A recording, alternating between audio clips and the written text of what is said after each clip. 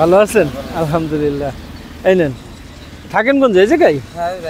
যাক আলহামদুলিল্লাহ, আমার জন্য দোয়া করবেন ইনশাল্লাহ। ঠিক আছে, আমরা যেন সবসময় এটা দিতে পারি। ঠিক আছে, ওয়ালাইকুম আসসালাম। সাধারণ মানুষের সাথে কুশল বিনিময়ের মাধ্যমে ইফতার বিতরণ করা হচ্ছে, কোনোদিন রাস্তার পাশে, কোনোদিন মসজিদে।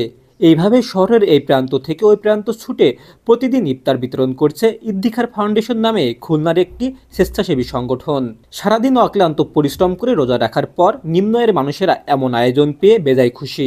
আমরা রাস্তা থেকে যাচ্ছি, ওনারা আমাদের ডাক দিল এবং ওনারা আমাকে ইফতারি দিল।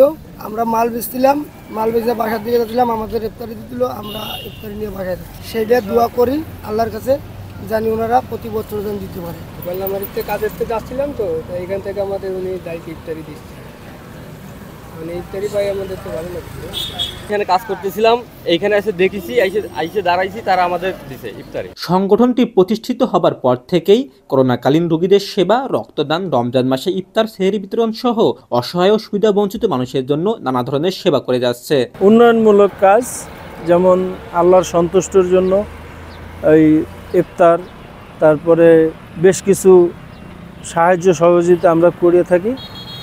তারা কিছু আল্লাহর বান্দা আছে, তারা আমাদেরকে সহযোগিতা করে এবং আমাদের প্রচেষ্টায় আমরা এই কাজগুলো করে থাকি। করোনাকালীন থেকেই আমরা এই কাজগুলো করতেছি, কেননা যখন করোনার সময় অনেকেই দূরে সরে গেছে মানুষের কাছ থেকে, অনেকে লাশ গোসল করাইতেও চায় নাই, কিন্তু আমরা ওই সময় ওটা করাইছি, যার কারণে আল্লাহর রহমতে আজও আমরা ওই উন্নয়নমূলক কাজই আমরা করে যাচ্ছি।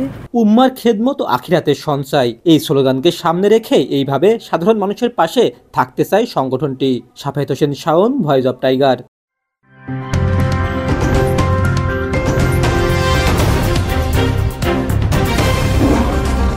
Voice of Tiger.